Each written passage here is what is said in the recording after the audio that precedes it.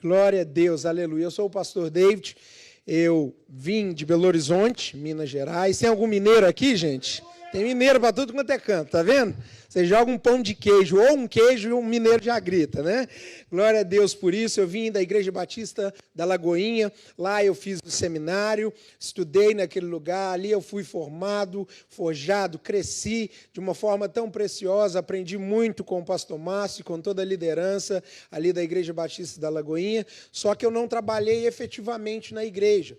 Eu sempre trabalhei com os meus pais e com a minha tia, em um local, uma espécie de um hotel-fazenda, e nesse hotel-fazenda, ali funciona a Estância Paraíso, que é um local de cura e de restauração. A partir dessa restauração que a minha família viveu ali na Estância, Deus entregou aos meus pais um ministério chamado Moriá.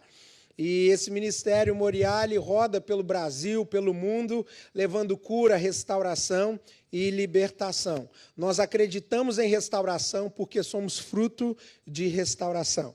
Então, eu faço questão de dizer isso para que vocês saibam, né, com quem vocês estão lidando, né, quem estará falando, sendo instrumento de Deus para vocês aqui nessa noite. Todos nós temos uma história, nós temos uma realidade, né, e é muito importante a sua história ser contada, principalmente o seu testemunho de restauração e de transformação, porque a sua história ela precisa gerar esperança na vida de outras pessoas.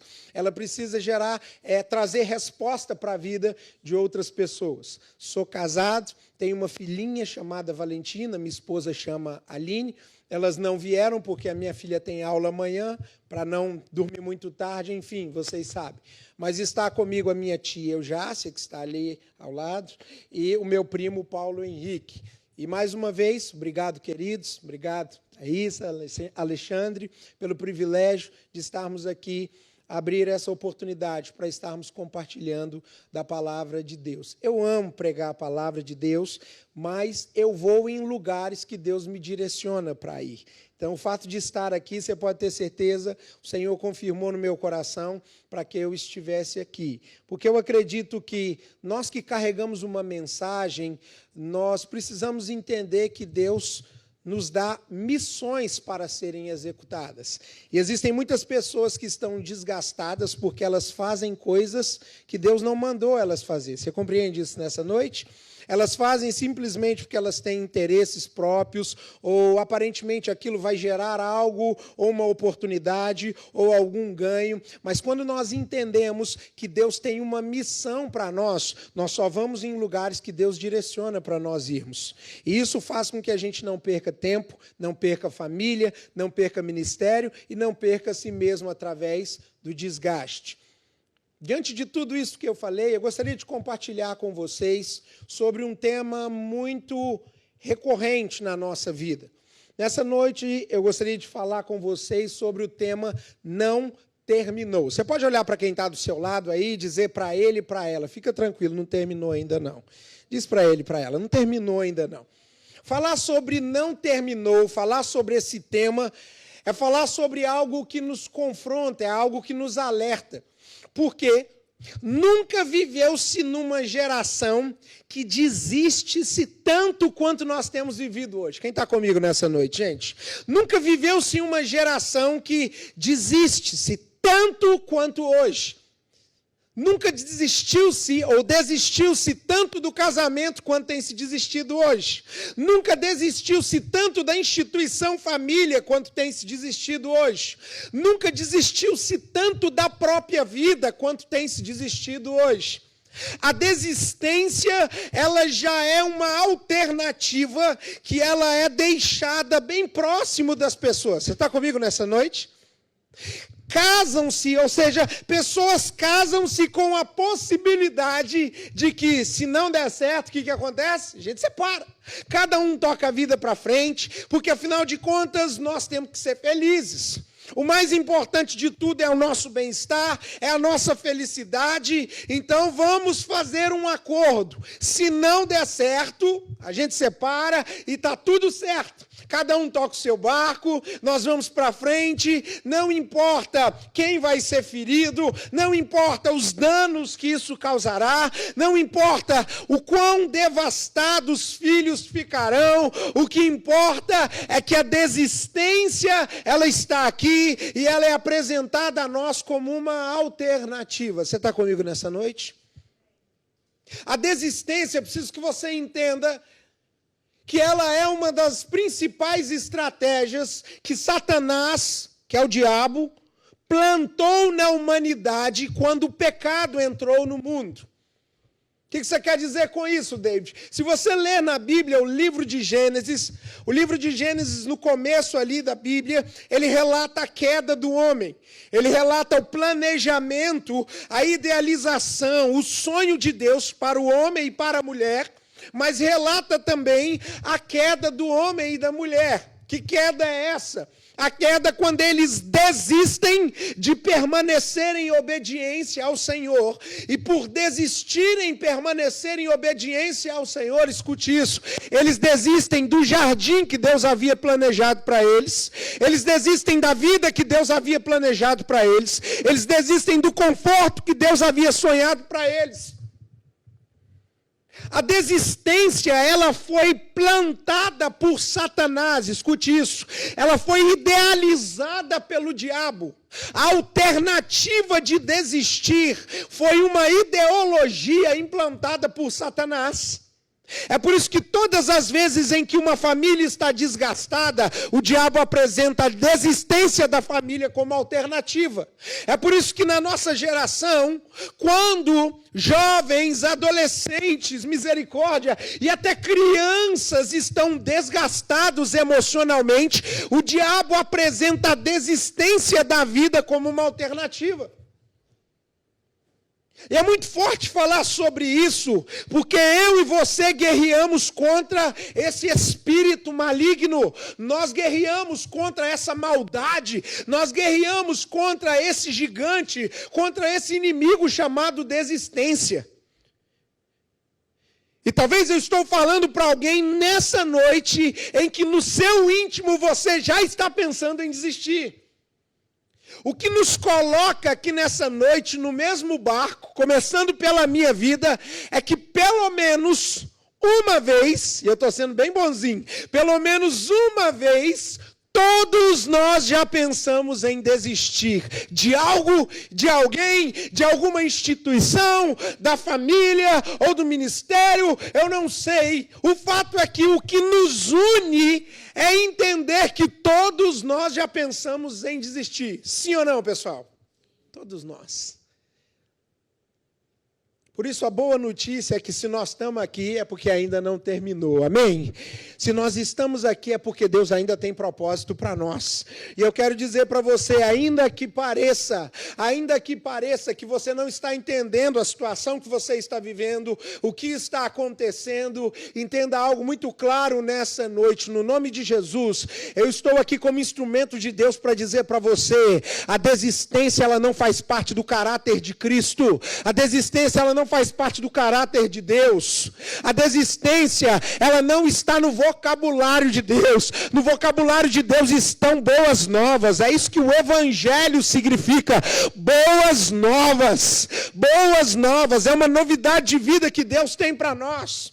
E o que está no vocabulário de Deus? Não temas. O que está no vocabulário de Deus? Seja forte e corajoso. O que está no vocabulário de Deus? Anda uma milha a mais. Caminhe um pouco, acredite mais, não desista, ainda não terminou, ainda não terminou. Quando nós vemos lá no início, como já disse para você, o homem e a mulher desistiram dos propósitos de Deus. E aí Deus envia Jesus. E a Bíblia mostra para nós em Gênesis, no capítulo 3, versículo 15, que Deus dá uma ordem para a serpente que enganou o homem e a mulher. E essa ordem é: da descendência do ventre dessa mulher virá aquele que esmagará a sua cabeça. Teologicamente falando, ou seja, algumas linhas teológicas dizem que nesse momento Deus já estava apontando a vinda de Jesus. Você está comigo nessa noite? Aquele que viria para esmagar a cabeça de Satanás, trazendo esperança, trazendo ressurreição, trazendo paz, trazendo a oportunidade do homem e da mulher ser religado a Deus novamente. Jesus nasce, cresce, e existe um determinado momento na Bíblia muito forte, em que ele reúne os discípulos dele, e ele começa a conversar com os discípulos. Imagina comigo, você tem um grande sonho, e você reúne as pessoas que são confiáveis para você, você reúne essas pessoas próximas a você e você começa a compartilhar o maior sonho da sua vida, o propósito pelo qual você veio para a terra. E foi isso que Jesus fez. Jesus reúne os discípulos e ele diz para eles assim: olha, é necessário que eu padeça situações, é necessário que eu morra, que eu seja crucificado, que eu padeça sofrimentos. Ele começa a expressar o plano e propósito de Deus para a vida de Jesus, porque na morte de Jesus, eu e você, tivemos a oportunidade de acessar a vida eterna. Você está comigo nessa noite, amém? E Jesus começa ali a explicar o plano de redenção da humanidade. Ele começa a trazer essa realidade tão poderosa, ele começa a expressar o seu sonho, ou o sonho de Deus para a vida dele. E um dos discípulos de Jesus, ele interrompe Jesus neste momento, e ele começa, a Bíblia diz, repreender Jesus. Ele começa a reprovar Jesus. Ele começa a dizer: não, jamais você vai passar por isso, você não precisa passar por isso. E a Bíblia mostra para nós que Jesus olha para aquele homem chamado Pedro, e Jesus diz para ele: para trás de mim, Satanás. Pastor, Jesus estava dizendo que Pedro estava endemoniado. Escute o que eu vou te dizer. Jesus não estava falando com Pedro naquele momento. Jesus estava falando sobre a ação espiritual maligna que estava sobre a vida de Pedro. Você está comigo aqui nessa noite? Está entendendo o raciocínio? O que você quer dizer com isso, pastor? O que eu quero dizer para você nessa noite é te alertar acerca de algo. Existem momentos na nossa mente que vêm pensamentos que nós não chamamos ele, nós não pedimos a praga do pensamento, mas ele está lá. Você está comigo aqui ou é só comigo que acontece? Você não chamou o pensamento, você não quer que ele esteja ali, mas ele simplesmente aparece. Naquele momento, Jesus nos ensina algo poderoso, muito forte. Ele olha para o espírito que estava usando a boca de Pedro e diz: para trás de mim, Satanás. O que eu quero dizer com isso?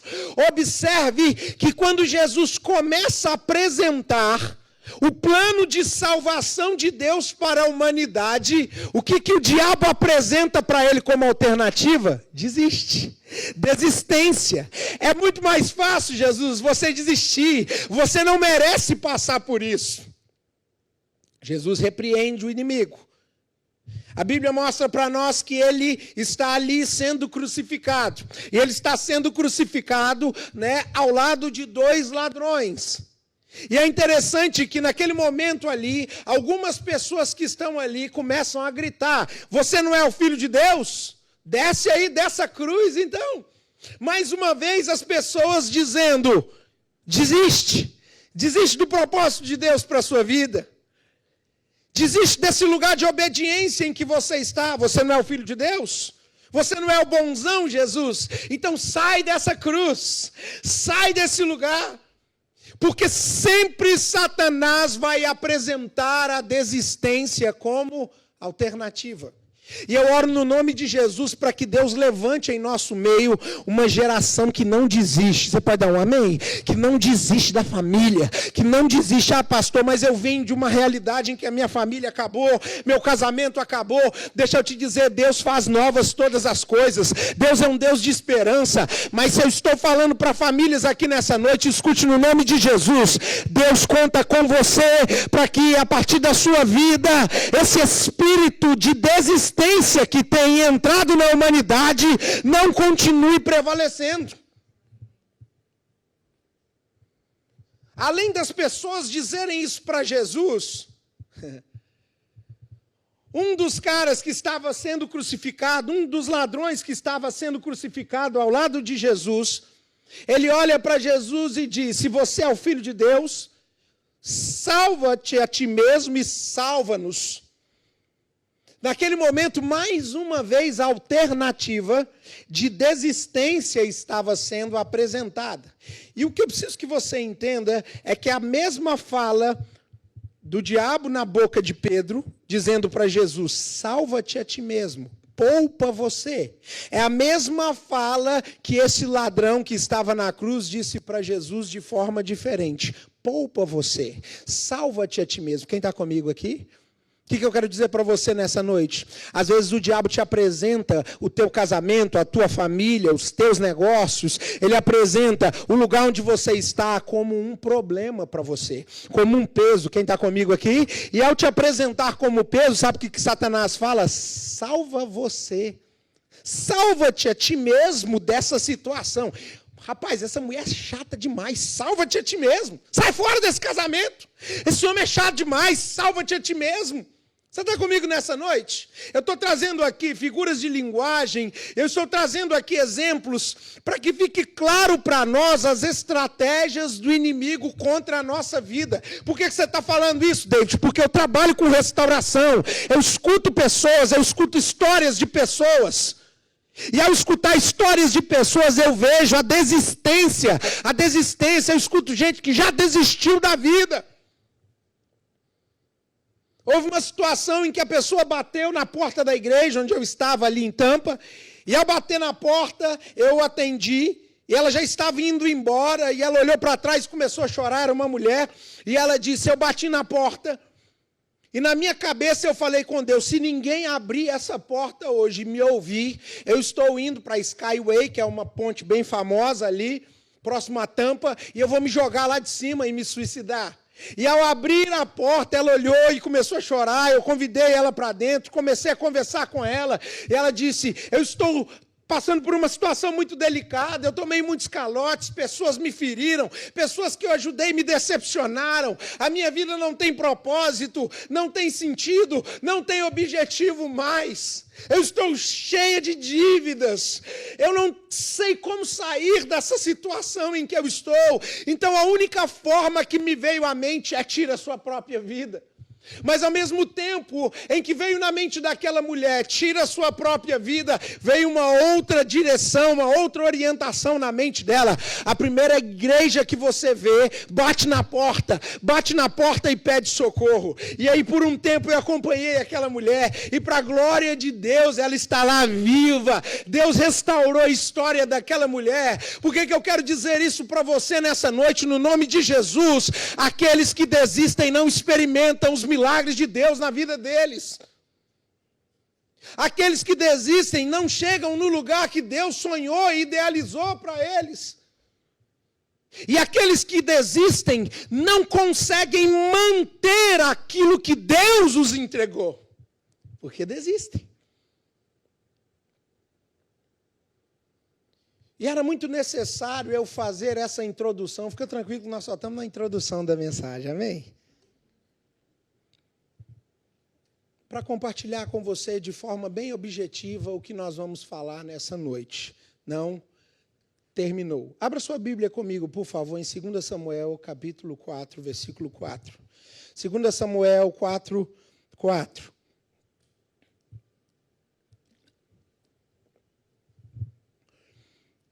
Nesse texto bíblico, a Bíblia mostra para nós uma história. Eu preciso te trazer mais uma outra orientação. A Bíblia, ela é cheia de histórias, exatamente com o propósito de nos ensinar a viver a nossa história aqui na Terra. A Bíblia é cheia de histórias de fracasso, a Bíblia é cheia de histórias de esperança, de histórias de restauração. A Bíblia está cheia de histórias de pessoas que pecaram, pessoas que sofreram consequências de pecados, mas a Bíblia também está cheia de histórias de pessoas que pecaram e foram restauradas. A Bíblia também está cheia de histórias de pessoas que tiveram sucesso, tiveram uma família abençoada, em que a bênção da família ela se estendeu de geração em geração. Ou seja, há muitas histórias inseridas na Bíblia com o intuito e o propósito de nos ensinar a viver a nossa própria história. E aqui não é diferente. 2 Samuel 4:4, o texto diz assim: Jonatas, filho de Saul, tinha um filho aleijado dos pés. Ele tinha 5 anos de idade quando chegou a notícia de Jezreel de que Saul e Jonatas haviam morrido. Sua ama, ou sua babá, vamos dizer assim, ela o apanhou e fugiu, mas na pressa ela o deixou cair e ele ficou manco, aleijado. Seu nome era Mefibosete. Quem pensa em ter filho aí no futuro é uma ótima indicação de nome para o seu filho, misericórdia, né? Mefibosete. Quem era Mefibosete? E eu preciso caminhar com você bem rapidinho aqui, para que você entenda essa realidade de que não terminou na minha vida e na sua vida. Mefibosete, ele era neto do rei mais importante da época. O nome do avô de Mefibosete era Saul. Saul foi o primeiro rei escolhido por Deus para governar o povo de Israel. Então, o que isso nos leva a entender? Mefibosete, ele já nasce em uma linhagem real, em uma linhagem com privilégios. Ele era filho de um dos filhos de Saul, chamado Jonatas. Só que o que acontece aqui nesse contexto?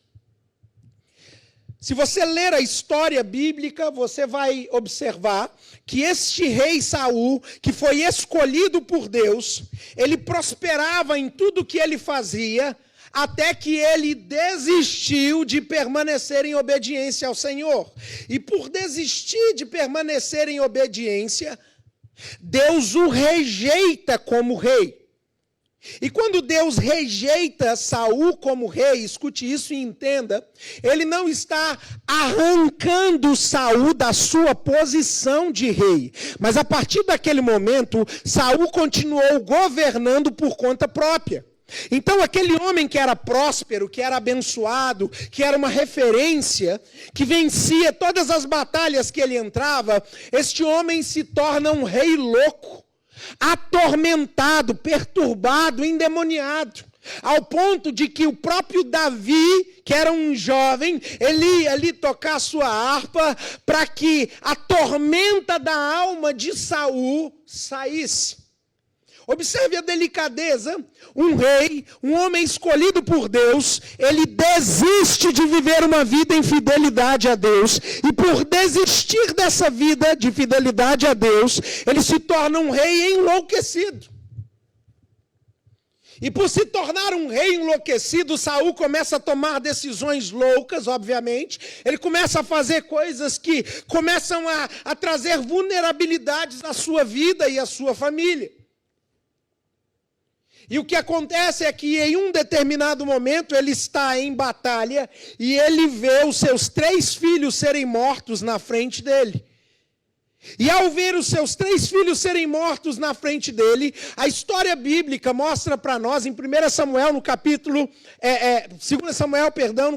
31, você observa que esse mesmo Saul aqui, ele, após ver os seus filhos serem mortos, ele pega uma espada e lança-se sobre essa espada. E o final da vida do primeiro rei que Deus escolheu para Israel foi um suicídio. Saul desiste da sua própria vida. Só que aqui o foco da nossa história nessa noite é Mefibosete, esse neto, essa criança, porque agora ele não tem mais o avô, que era o rei da época, ele não tem mais o pai. Mefibosete, ele está completamente órfão. E talvez você pergunte por que a ama dele, a cuidadora dele, pega ele e sai correndo desesperada, fugindo. Porque na lei da época, na cultura da época, quando um rei morria e o outro rei assumia, O que acontece aqui? Era por ordem este rei mandar matar todos os parentes do rei antecessor, para que ninguém viesse contra o rei atual reivindicar o trono. Você está comigo nessa noite no raciocínio? O que acontece aqui é que essa mulher pega aquela criança no colo e ela sai correndo, tentando fugir, desesperada. Ela deixa a criança cair e a criança, ao cair, ela se torna um aleijado. Então, o que eu gostaria de refletir com você, em primeiro lugar, é quem era Mefibosete. Mefibosete, ele era alguém que nasceu, ele tinha um sangue real, mas ele vivia no anonimato. Alguém que tinha um sangue real, mas era alguém que vivia atormentado pela perda, atormentado pela tragédia, atormentado pela dor. O cara descobre que o avô, que o pai está morto e não dá tempo nem de respirar direito, ele ainda é uma criança, escute isso. Ao fugir com uma pessoa que cuidava dele, ele ainda se torna aleijado. Esse era Mefibosete. E ao olhar para quem ele era, eu quero te perguntar nessa noite, quem você é? Quem você é? As pessoas olhavam, o próprio texto diz isso. Mefibosete, ele era filho de Jonatas e ele era aleijado. Era assim que as pessoas o definiam. Você está entendendo? O fato dele ser aleijado se tornou parte da identidade de Mefibosete. Não porque ele escolheu isso, porque as pessoas viam nele uma debilidade e elas autorrelacionavam a debilidade de Mefibosete com a identidade dele. O que você quer dizer com isso nessa noite, David? O que eu quero dizer com isso nessa noite é que é muito importante nós sabermos quem nós somos pela perspectiva de Deus. Por que você está dizendo isso? Porque se você não sabe com clareza quem você é pela perspectiva de Deus, as suas debilidades podem dar a outras pessoas o direito de ferir e tentar deformar a tua identidade. Isso é muito forte. Isso é muito forte. Você precisa saber quem você é em Deus. O que Deus pensa a seu respeito? O que Deus fala a seu respeito? Quando Deus te fez, o que Ele pensou, o que Ele sonhou, qual foi o projeto que Ele idealizou? Porque senão, tragédias que vão acontecendo na sua vida podem fazer com que você pense que você se tornou uma tragédia e não quem realmente Deus te fez para ser.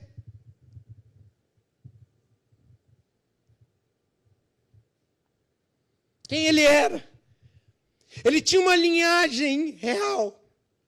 Mas as pessoas o viam, o definiam como um aleijado. Depois da morte do avô e do pai, as coisas pioraram e muito para Mefibosete. A Bíblia mostra que a vida dele se torna uma vida de fuga. E a segunda realidade que nós aprendemos aqui nessa noite, com a história de Mefibosete, é como ele estava. Quem ele era neto de rei, ele era linha direta de uma linhagem, vamos dizer assim, real. Esse é quem ele era. Como ele estava? Ele estava em uma condição de aleijado e ele estava em uma condição de fuga. A Bíblia mostra para nós que, ao saber de tudo isso que havia acontecido, Mefibosete ele se refugia em uma cidade, em um lugar chamado Lodebar. Uma das traduções para Lodebar é terra seca, terra improdutiva, terra que não dá fruto.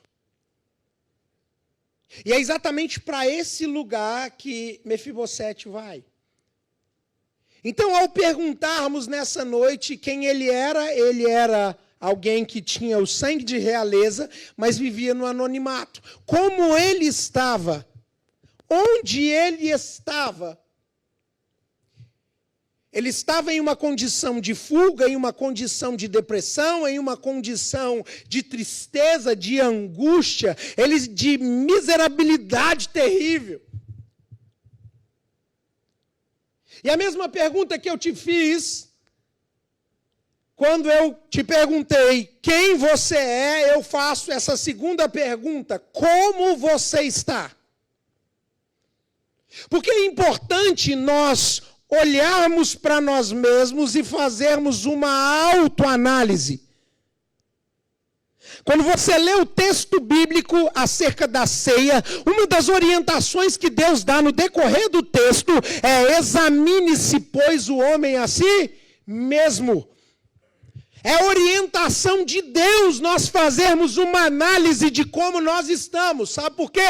Porque o trabalho pode ocupar o lugar de te impedir de fazer essa análise. E por não fazer essa análise, o que acontece? Você deixa coisas que são importantes passarem despercebidas.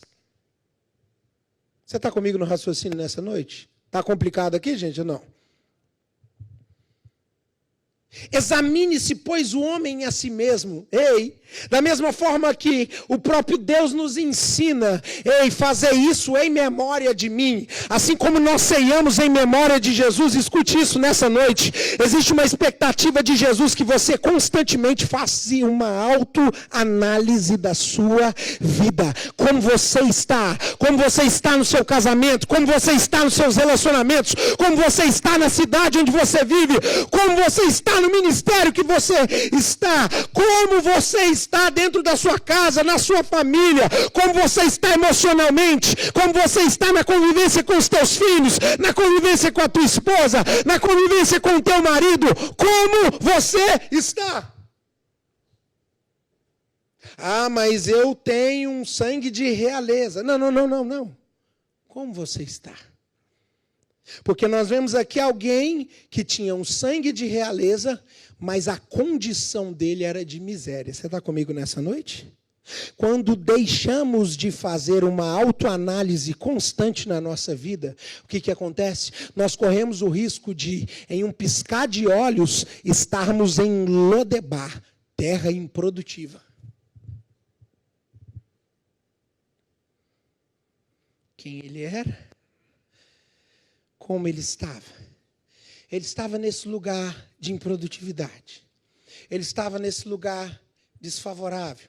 Ele estava nesse lugar de angústia, de tristeza. Ah, mas sabe qual é a boa notícia que eu vim trazer para você nessa noite? É que a história de Mefibosete não terminou. Vamos falar essa frase? Não terminou? Não terminou mais uma vez? Não terminou mais uma vez? Não terminou. Você pode olhar para quem está do seu lado aí com coragem e dizer: fica tranquilo, ainda não terminou não. A nossa história não terminou, no nome de Jesus. É bem verdade que para muitos, por causa dessa praga que tem assolado a humanidade, a história para essas pessoas terminou. Porque elas morreram. Mas para você não terminou. E para mim não terminou. Você pode dar um glória a Deus por isso? Você pode dizer obrigado, Deus. Você pode dizer obrigado porque a minha história ainda não terminou.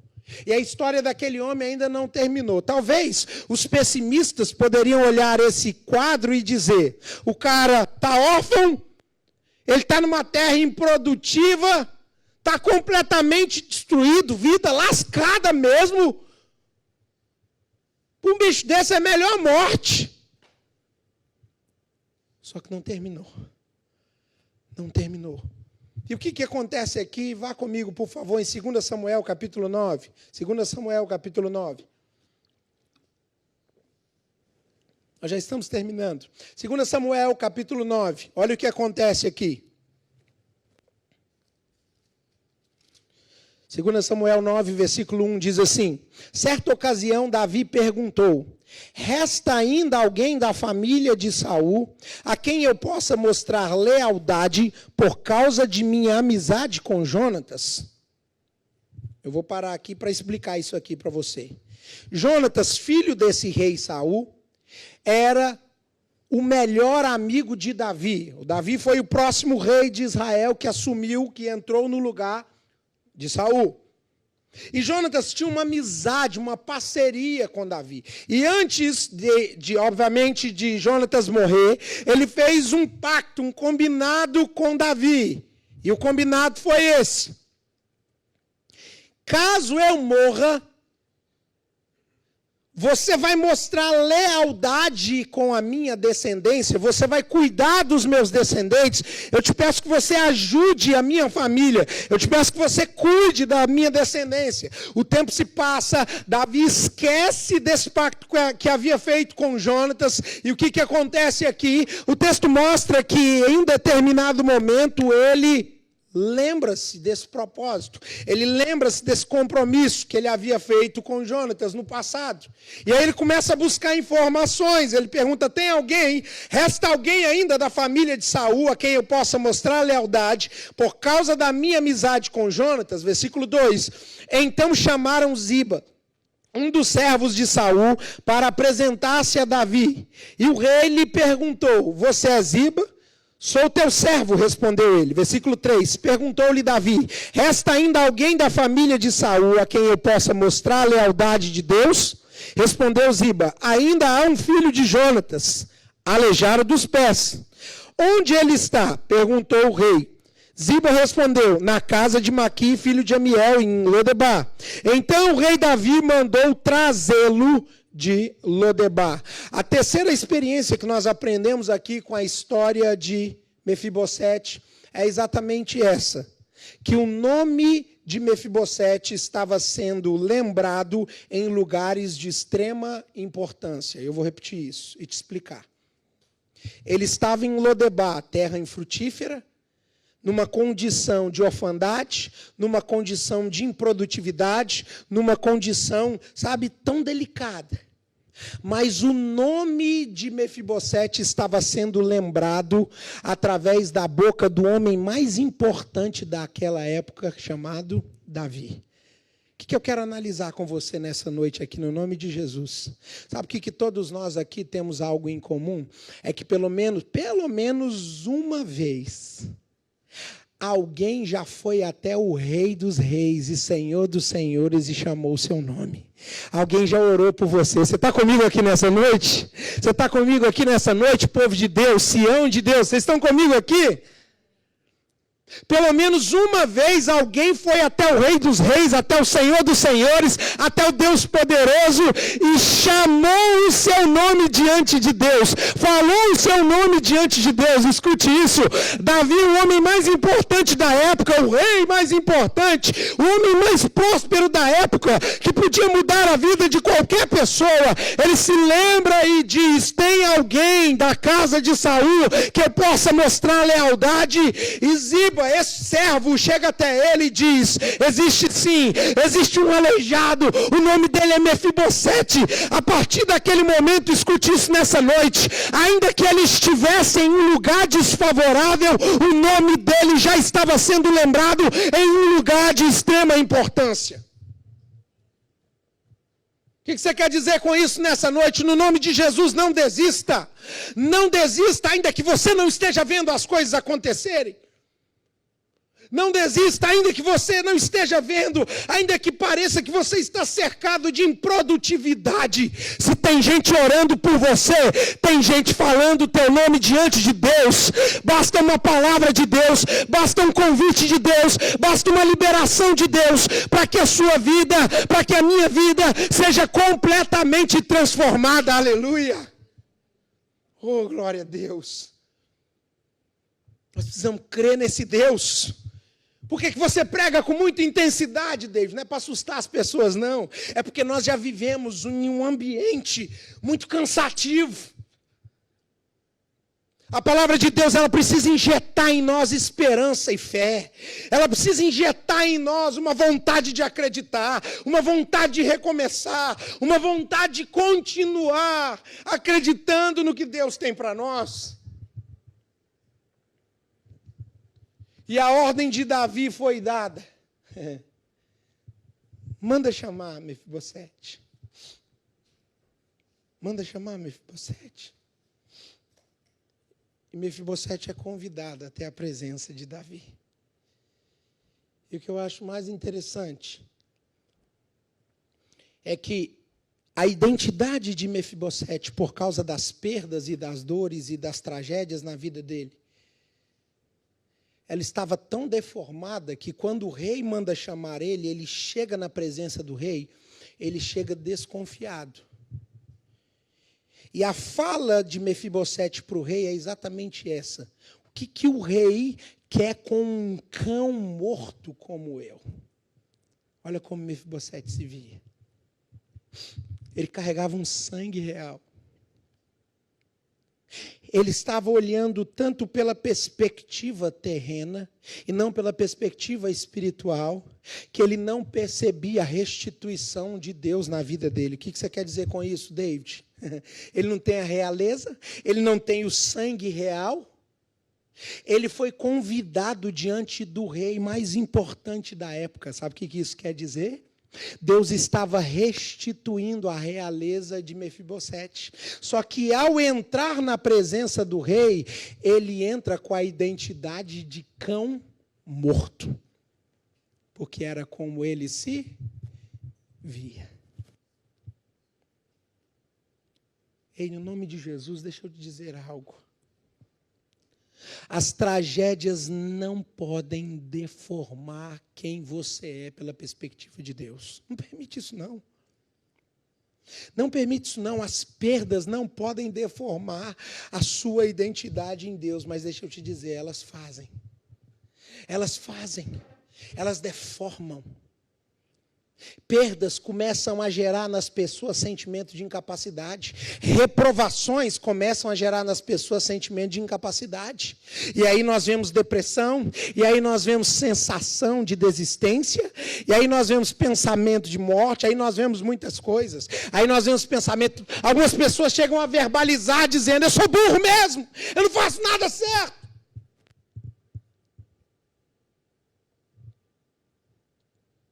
Agora eu te pergunto, em algum momento aqui, a Bíblia mostra que alguém chegou para Mefibosete e disse: você é um cão morto. Não. Você observe que ele próprio assumiu essa identidade. Você está comigo nessa noite? O que eu quero dizer com isso no nome de Jesus? Mefibosete permitiu que as dores e as tragédias deformassem a identidade dele. E aí Deus pega ele com o sangue de realeza como neto de rei e coloca ele diante do rei como convidado e não como invasor. E ele se apresenta diante do rei como um cão. O que é tão lindo aqui nessa história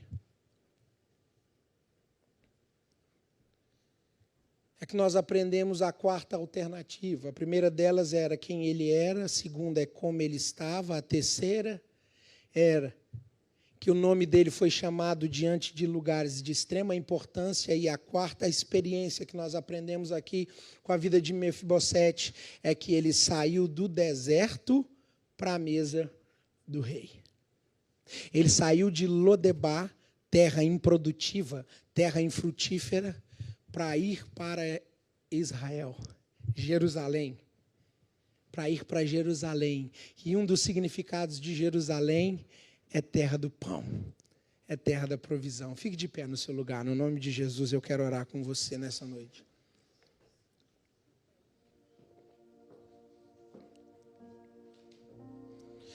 Se Mefibosete estivesse aqui nessa noite, o que ele teria a nos dizer? Quantos aqui gostariam de ouvir? O que Mefibosete teria a nos dizer? Você gostaria? Então escute.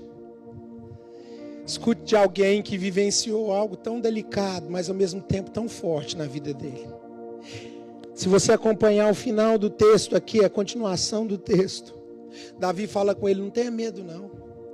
Eu fiz um pacto, um compromisso, uma aliança com o seu pai. Ei, sabe o que isso nos alerta nessa noite? Que as escolhas nossas como pais, elas podem trazer impactos diretos na geração dos nossos filhos. Você está comigo nessa noite, pai, mãe que está aqui? Uma aliança que Jonatas fez com Davi. ela arrancou a geração de Jonatas da miséria, do deserto, da improdutividade. É por isso que eu digo para você nessa noite, pai, mãe, não desista. Não desista no nome de Jesus. Porque a tua não desistência, ela vai trazer reflexo na vida dos teus filhos. Ela vai trazer reflexo no casamento dos teus filhos futuro.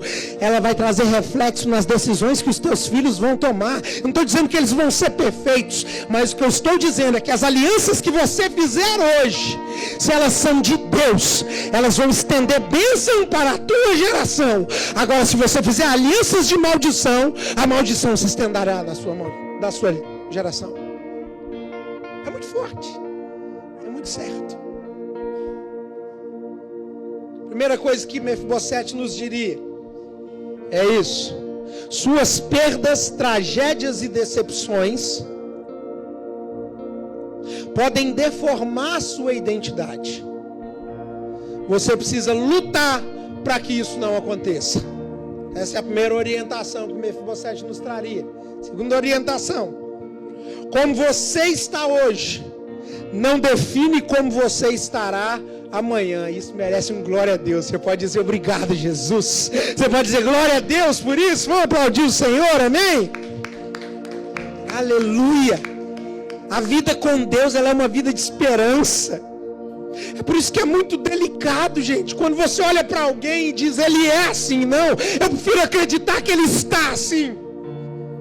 Eu já lidei com homens adúlteros, eu já lidei com pessoas que estavam em um lugar de destruição, líderes que eram referenciais, mas se tornaram pessoas assim, com atitudes tão reprováveis, em que a sociedade em volta dizia: rejeita, expulsa, ele não merece.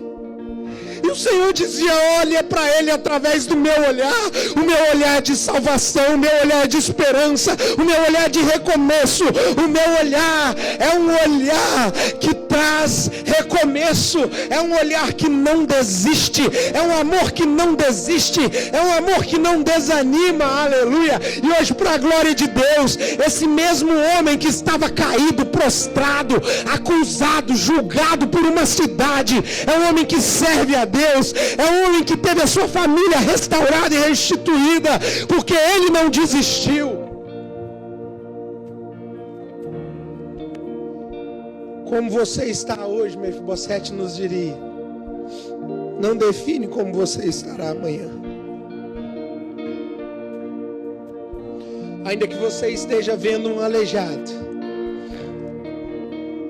a tragédia que aconteceu no meio da história não mudou quem Deus estabeleceu para que Mefibosete fosse: neto de rei, sangue de realeza, restaurado, esperança de Deus. E eu quero te convidar nessa noite a se alegrar, porque ainda não terminou. Você pode dizer: não terminou? Você pode dizer: não terminou? Você pode dizer no seu coração: não terminou? Você pode dizer isso? Não terminou, não terminou, não terminou, não terminou. Eu vim aqui como instrumento de Deus. Como eu disse para vocês, querido, não é brincadeira. Eu falei com o Senhor: Senhor, o Senhor tem propósito comigo ali na Zion Church? Eu recebo convites para ir em outros lugares. Alguns lugares eu não sinto de ir, eu não vou, porque eu vou para as missões que Deus me dá. Eu não estou preocupado se tem muita gente, se tem pouca gente. Não, essa não é a minha preocupação. Até porque, entenda, queridos, Jesus, ele vai até onde tem gente. Para ele não importa a quantidade, para ele importa se tem coração, se tem sangue correndo na veia, tem coração batendo, tem gente respirando. Então ali ele vê oportunidade de esperança, de restauração, de cura, de libertação, de transformação de história e de vida. E eu quero orar por você nessa noite, no nome de Jesus. No nome de Jesus, você que percebe, porque talvez eu esteja falando para alguém em que a sua história familiar ela foi marcada por desistência, sabe? Pessoas da sua família, elas desistiram de casamento, desistiram de negócio, desistiram de muita coisa. Talvez eu esteja falando para alguém que até desistiu, alguém da sua família desistiu da vida. houve suicídio, houve depressão, que afundou a pessoa e ela não conseguiu se levantar mais. Oh Deus, nos ajuda nessa noite, Senhor. Traz-nos esperança nessa noite, Senhor, em nome de Jesus. Eu quero declarar nessa noite, Deus, que Lodebar não é o nosso lugar. Lodebar não é o nosso final, em nome de Jesus. Não importa o que nos levou para lá. Não importa se foi a nossa própria decisão, se foi a fuga que nos levou para Lodebar, Deus. Não importa, Pai, se as tragédias nos colocaram em Lodebar. Nessa noite, em nome de Jesus, nós declaramos: Deus chama pelo nosso nome. Rei dos reis, Senhor dos senhores, lembra do nosso nome, Deus. Lembra do nosso nome, Deus. Eu clamo nessa hora, Senhor. Oh Deus, traz esperança, traz salvação, traz libertação, traz mudança de condição em nome de Jesus, Deus. Pai, eu oro nessa noite pelos teus filhos. Foi por eles, foi por nós que Jesus morreu na cruz do Calvário. E o próprio Jesus diz em João 10:10: mas eu vim, eu morri na cruz, para que vocês tenham vida e vida em abundância. Senhor, em nome de Jesus, tira esse homem do engano, tira essa mulher do engano. Todos os resquícios de Lodebar, decepções, frustrações, raiva, ódio, em nome de Jesus, mentalidades que colocaram este homem em Lodebar, esta mulher em Lodebar, ainda que ele não percebeu onde ele está e como ele está. Senhor, arranca ele deste lugar agora, arranca ela deste lugar, em nome de Jesus. Nós damos uma palavra de ordem. E nós nos apropriamos nessa noite daquilo que Jesus conquistou na cruz do Calvário. O sangue derramado traz vida, traz esperança, traz salvação, traz libertação, traz aconchego, traz mudança de condição de vida, em nome de Jesus. Nós declaramos essa bênção sobre os teus filhos e sobre as tuas filhas nessa noite, em nome de Jesus. Em nome de Jesus, em nome de Jesus. Antes de encerrar, eu não sei se há alguém aqui em nosso meio que você ainda não entregou a sua vida completamente a Jesus. Eu preciso fazer essa pergunta. Eu não estou falando entregar a vida para a igreja. Igreja não salva ninguém. Não estou falando entregar a vida para pastor. Não. Estou falando entregar a vida para Jesus. Jesus só te pede aquilo que Ele já fez. Ele deu a vida por você e para você. E ao fazer isso, Ele fala: dá a tua vida também. Não para o meu próprio benefício, mas para o teu próprio benefício, assim diz o Senhor. E bem rapidinho, para nós encerrarmos, eu quero te perguntar: você que ainda não fez uma oração de confessar sua vida, sua história, os seus pecados, o seu comportamento, sabe, dizendo: olha, eu quero viver essa aliança com Jesus. Eu quero te convidar a levantar a mão no seu lugar. Você que não fez essa oração, tem alguém aqui em nosso meio? Você ainda não fez essa oração? Dizer: Jesus, entra na minha vida, muda a minha história, muda o meu comportamento, muda a minha realidade. Eu quero sair de Lodebar, eu quero abandonar esse comportamento que eu tenho vivido, em nome de Jesus. Há alguém em nosso meio? Não perca a oportunidade, no nome de Jesus, não perca. Se você ainda não confessou Jesus como Senhor, eu tenho fé em Jesus, não estou falando disso, eu acredito nele, não estou falando disso. Estou falando de uma entrega a Ele. Todos aqui já se entregaram a Jesus? Todos são dele, amém? Glória a Deus, glória a Deus. E ao passar para a equipe de louvor, eu quero selar esse momento que Deus fez aqui. Eu sei que pessoas foram tocadas nessa noite por essa palavra, em nome de Jesus. E antes de orar, abençoando a sua vida, finalizando esse momento de palavra, eu quero declarar para você, no nome de Jesus, trazendo uma orientação. Ao chegar em casa hoje ou durante a semana, mas não deixa passar muito não, senão a gente esquece. É muito fácil a gente esquecer de coisas que a gente deveria lembrar e lembrar de coisas que a gente deveria esquecer. Então, faça isso o mais rápido que você puder. Você vai escrever num papel quais são os lodebás que você precisa sair. Eu tenho os meus, fica tranquilo. Eu tenho os meus. Escreve no papel, faça esse autoexame. Olha para você. Sabe assim, às vezes o lodebá é um pecado, é um comportamento que você tem tido. Às vezes você não reconhece o lodebá na tua vida, mas a tua mulher reconhece, o teu marido reconhece. Às vezes ele fala que você tem esse comportamento, aquele comportamento que às vezes nem você percebe, sabe?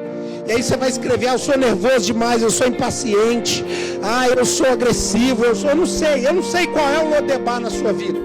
O que não tem frutificado na sua vida, você vai escrever.